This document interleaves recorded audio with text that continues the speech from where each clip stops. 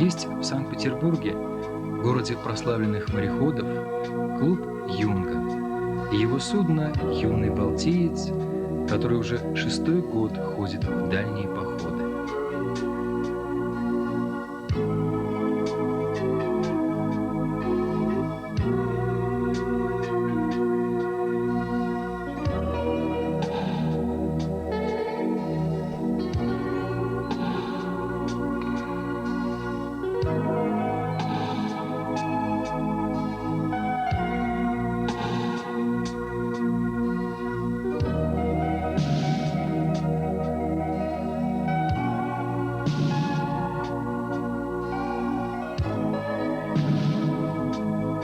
Летом этого года 30 курсантов отправились в очередное плавание. В команде есть курсанты, которые не первый раз в море, но есть и новички. Море – это стихия, и никто из них не знает, как произойдет первая встреча. Будет ли море ласковым и добрым, а может быть злым и сердитым? Но самое главное, что каждый хочет испытать себя, проверить, на что он способен, чтобы потом можно было сказать: «Я сделал это».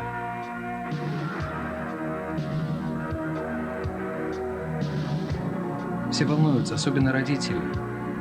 Капитан, как и положено быть капитану, спокоен. Ну, наверное, это внешне. Юный Балтиец проходит мимо места своего рождения. Это всемирно известный судостроительный Балтийский завод.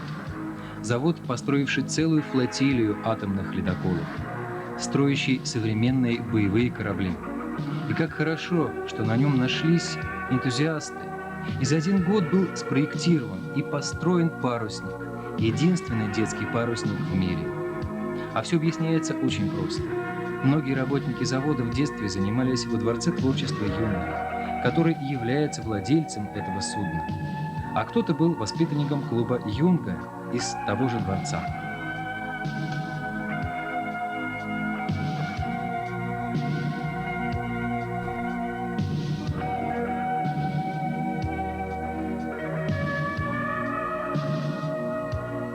И вот последнее приготовление к походу. Теперь только чайки и соленый ветер будут спутниками юных моряков.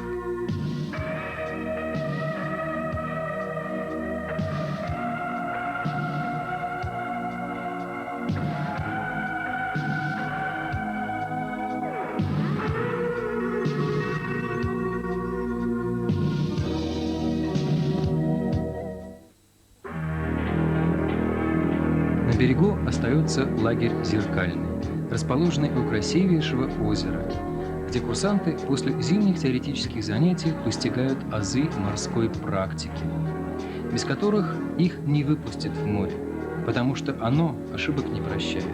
Это знают и взрослые моряки, и юнги. Ребята учатся грести, ходить под парусом, и важно уметь плавать.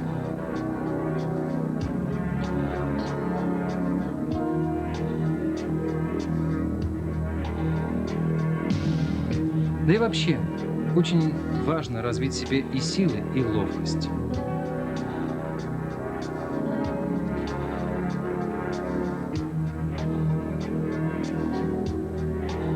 И вот звучит команда «Крепить все по-походному». Юный Балтиец выходит в море.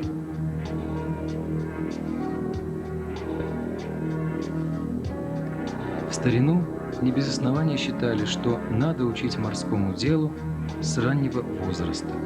И примеров этому много. Первый русский плаватель вокруг света, Иван Федорович Крузенштерн, получил офицерский кортик в 18 лет. Его соратник Юрий Федорович Лисянский стал мичманом российского флота в 16 лет. Адмирал Степан Осипович Макаров начал морскую службу с 13 лет. И многие флотоводцы и мореплаватели заканчивали учебу и начинали службу в том же возрасте, в котором современная молодежь только собирается выбрать свой жизненный путь.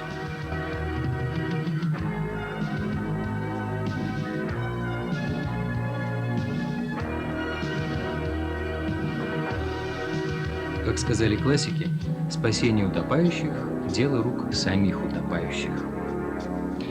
Первый основной урок – как спастись в случае аварии. И надо уметь пользоваться спасательным жилетом.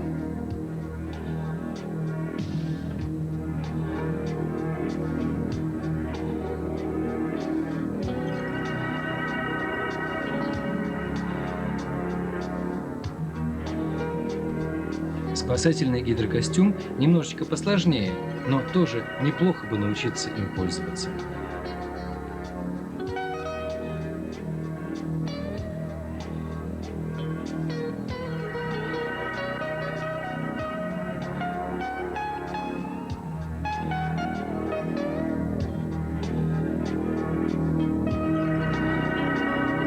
А судно тем временем идет, бороздит море. Вахта сменяет вахту, потому что, как сказал древнеримский полководец Помпей, жить не обязательно, управлять кораблем необходимо.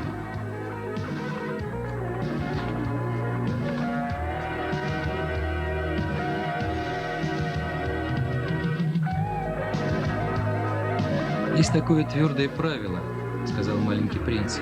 Встал поутру, умылся, привел себя в порядок и сразу же приведи в порядок свою планету. В английской грамматике слово «шип» – корабль женского рода. И к своему судну надо относиться как к матери, сестре, любимой девушке. И, наверное, так и должно быть, потому что без внимания, любви и ласки судно просто не сможет выйти в море. Это такое же живое существо. Это наш дом и наша планета.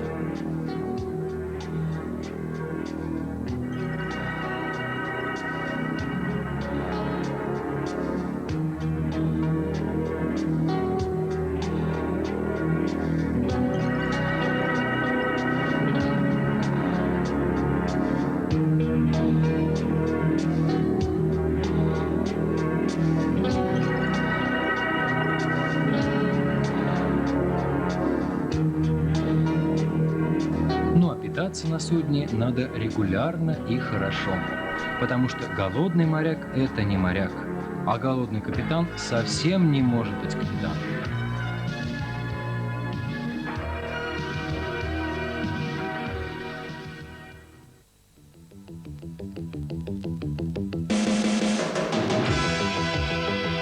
Парусный аврал – это такая работа, когда все свободные от вахты бросают свои дела и выбегают на палубу ставить паруса. Это такая работа, где нельзя растеряться, запутаться в паутине снастей. Пусть болят ладони от жестких шкотов, пусть болят мышцы от напряжения. Все равно паруса должны быть поставлены и наполнены ветром. Тем самым морским соленым ветром, который уже много веков зовет любителей приключений и неизведанного.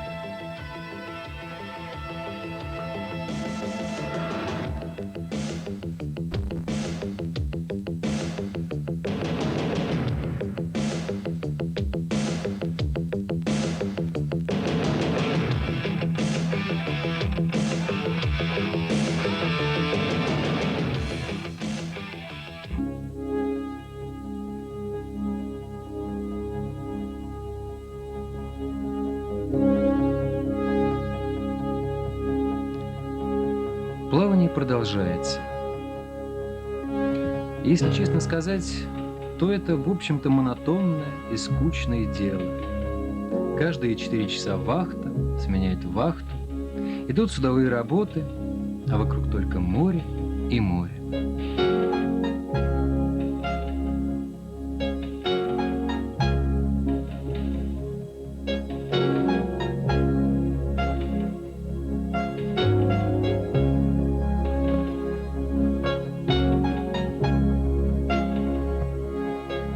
Оказалось, что наше судно стало домом не только для нас. Этот куличок устал лететь над морем и решил отдохнуть на плавучем острове, в который превратился наш корабль.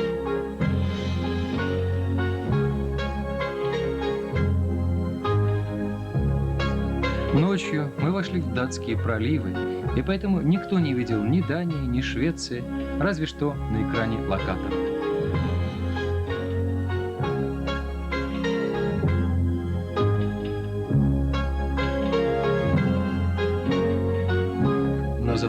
этот день началось необычное. Все чаще и чаще в море стали встречаться парусники, идущие параллельным с нами курсом.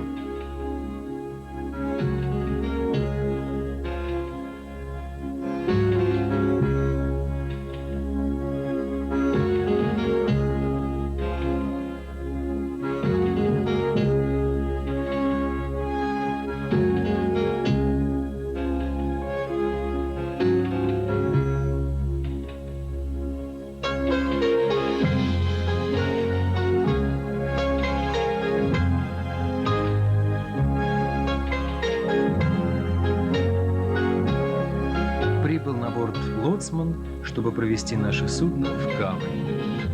И пришло время рассказать о том, о чем умалчивалось в начале программы. Просто-напросто юный балтиец получил приглашение участвовать в международном парусном фестивале «Сейл-95», который состоялся летом этого года в Бремерхафене.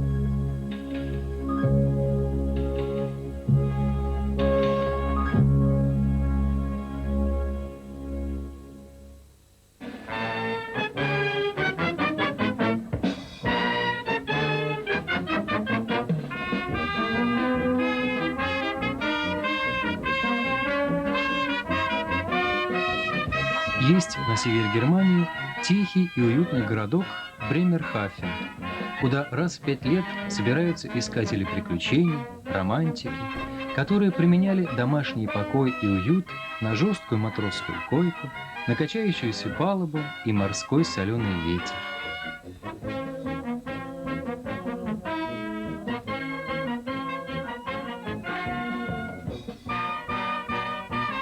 Все это называется «Виндджаммер 95».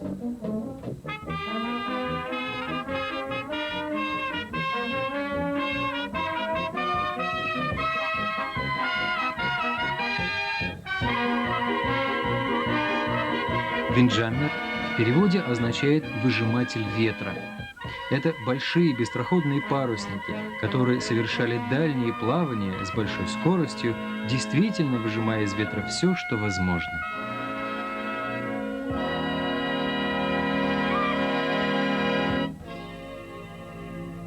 Утро в Бремерхафене начинается с подъема флагов стран-участниц этого фестиваля.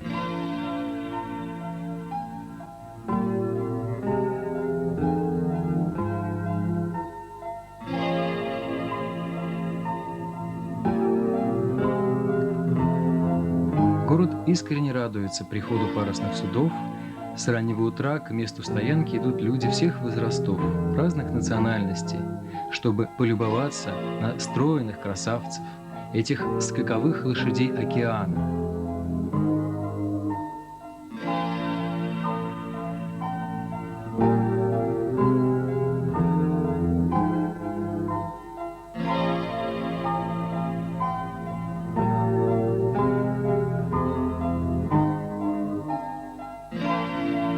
Здесь можно увидеть, как работают матросы,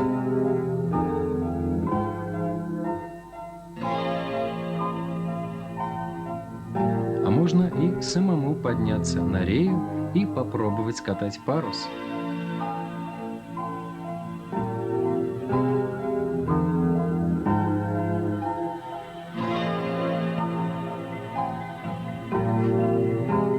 Тут же рядом в гавани проходят гонки юных яхтсменов. И кто знает, может быть, через несколько лет эти мальчишки встанут за штурвал одного из этих гордых парусников. Это судно называется «Гурхфок», построено в Гамбурге в 1958 году и принадлежит Высшему военно-морскому училищу в городе Киль.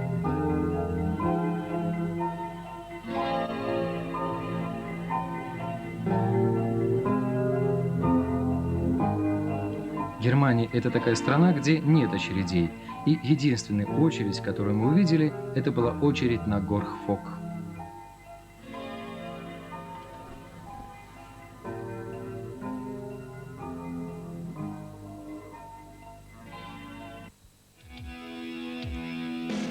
И тут, наконец, мы увидели своих. Барк «Седов» – самое крупное парусное судно в мире. Он тоже пользовался успехом у зрителей, но ему немножечко не повезло.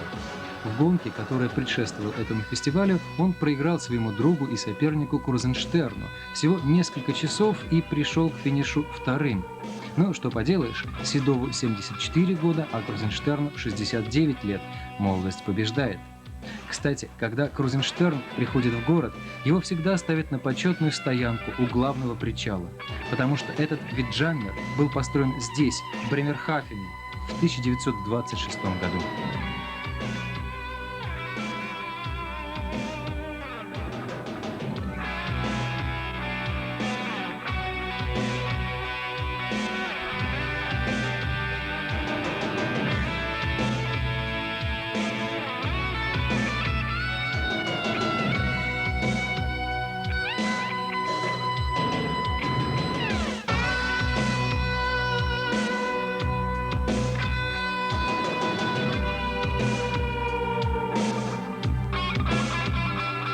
Праздник в Бремерхафене не только для больших судов.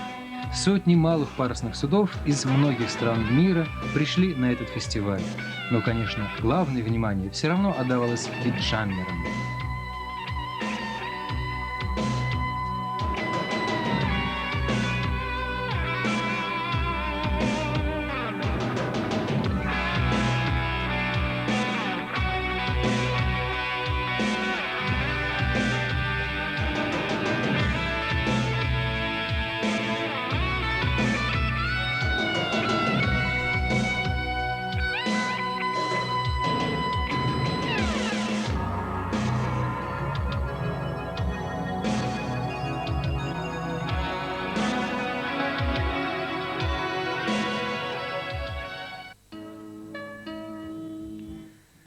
Это тоже Бремерхафен. Тот, кто не может или не хочет ходить под парусом, тот может запустить в небо воздушного змея. Ведь пилот воздушного змея тоже должен дружить с ветром, хоть и не таким соленым и не морским.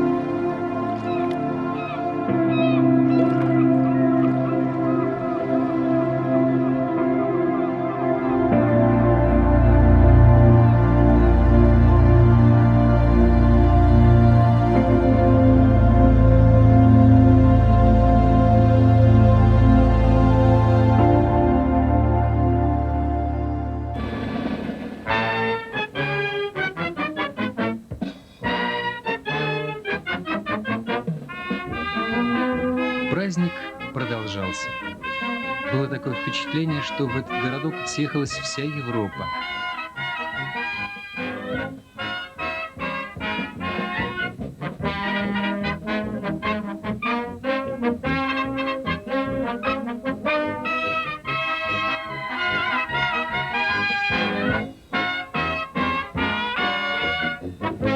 Детские дискотеки на улицах, где любой желающий может попробовать себя в роли диск-жокея, выступления оркестров,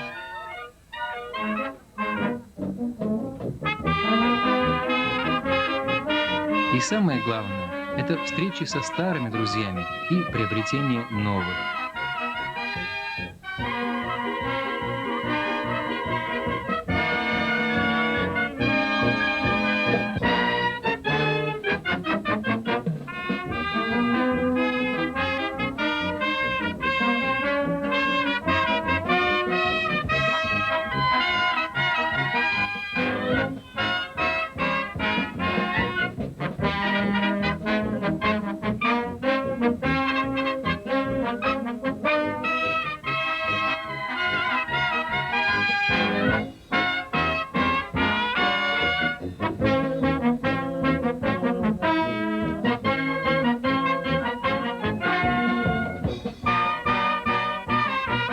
Каждый вечер небо над Бремерхавеном расцвечивалось россыпью воздушных шаров.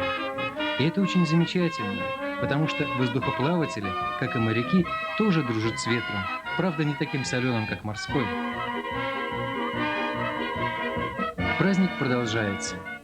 Можно послушать и попеть вместе с шанти-хором. Шанти – это морские песни, созданные самими моряками за долгие месяцы плавания. Кстати, пример российского шанти – это всем известная песня «Раскинулось море широко». Но мало кто знает, что в этой песне свыше 25 куплетов, в которых рассказывается о матросской жизни.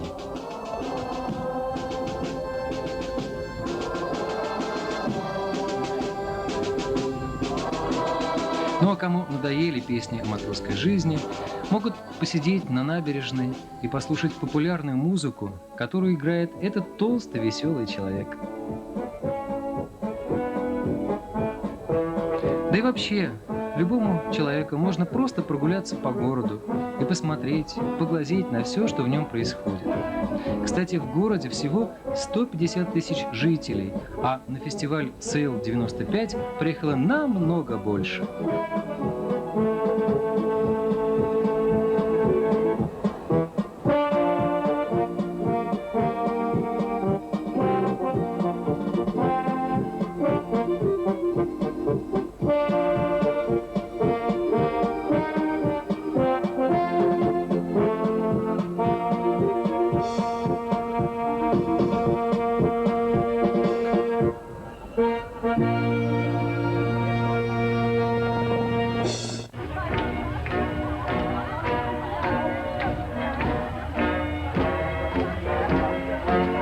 Одно из главных событий фестиваля – это парад экипажей парусников, который проходил на самой главной улице города. Сначала пронесли флаги стран, участвующих в празднике, и потом пошли экипажи судов.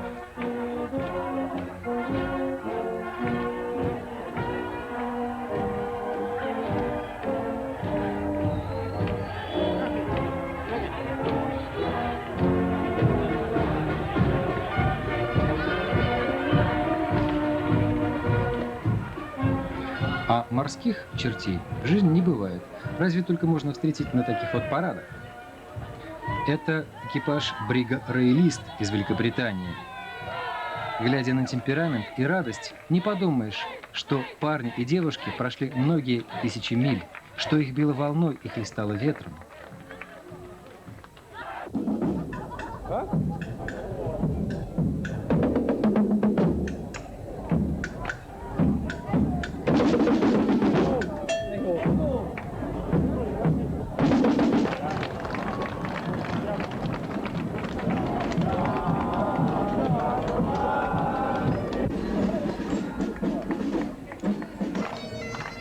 Есть старое морское поверье, что женщина на корабле – это к несчастью. Но команда шхуны Малькольм Миллер презрела старые морские байки и состоит из одних девчонок. И опять новый оркестр. Не знаю, какие из этих барышень станут морячками, но играть они, честное слово, умеют.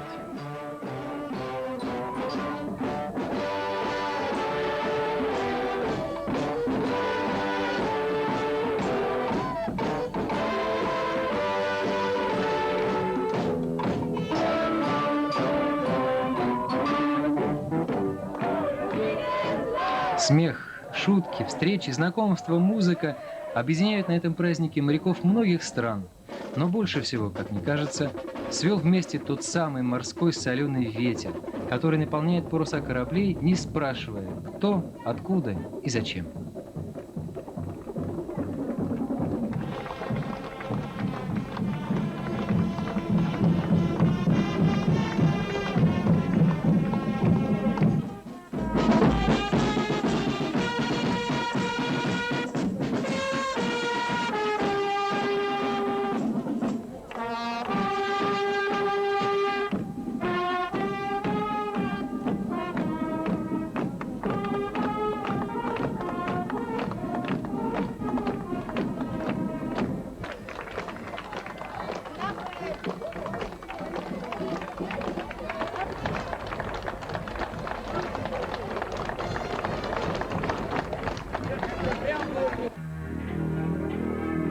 Наступил тот знаменательный день, ради которого в этом городе собралось 250 парусных судов со всей Европы. Это называется парусный парад. Праздник парусов, моря и соленого ветра. Здесь можно увидеть все.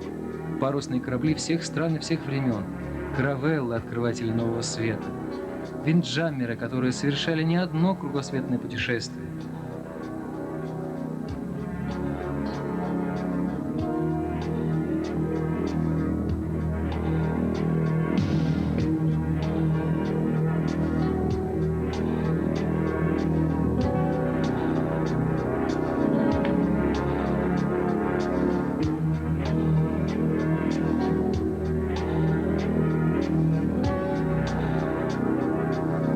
В нашей современной жизни появилось много модных слов: брокер, маклер, менеджер, дилер и прочее.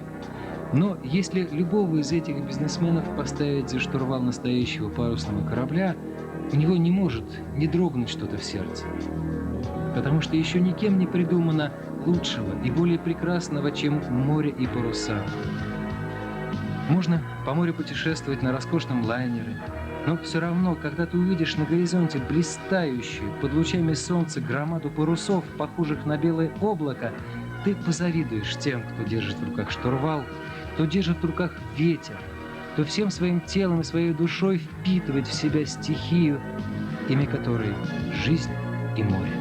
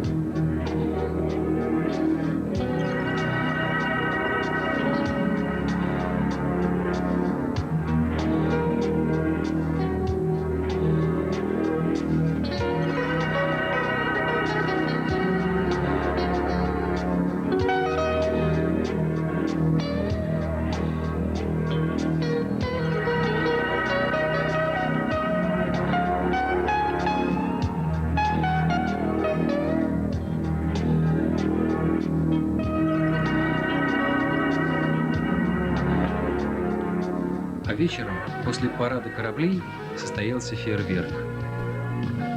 И наверняка эти огоньки обдувает прибрежный, морской, но такой же соленый ветер.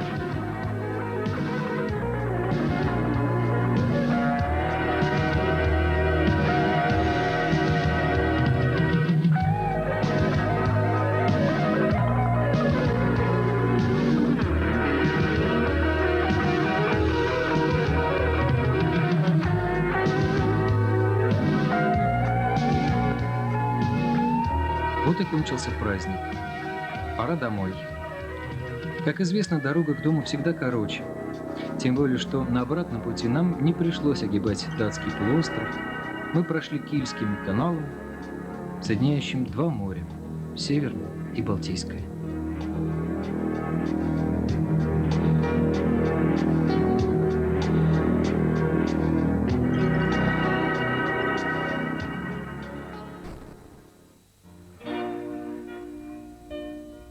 Совершая свой вечный круг,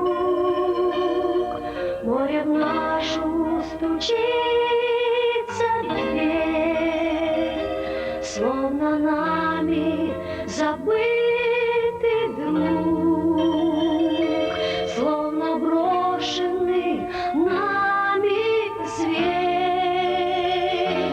В этом море моя любовь, в этом море моя печаль,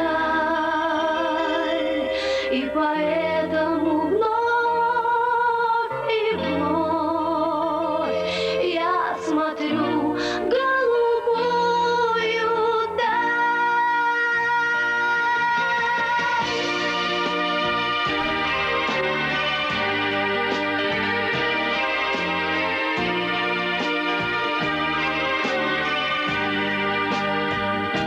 Знаю, где-то в морских краях для бессонных и ждущих глаз дни и ночи горит маяк, чтоб не гасла надежда на нас, и поэтому вновь и вновь я смотрю в голубую даль. В этом море моя любовь, в этом море моя печаль.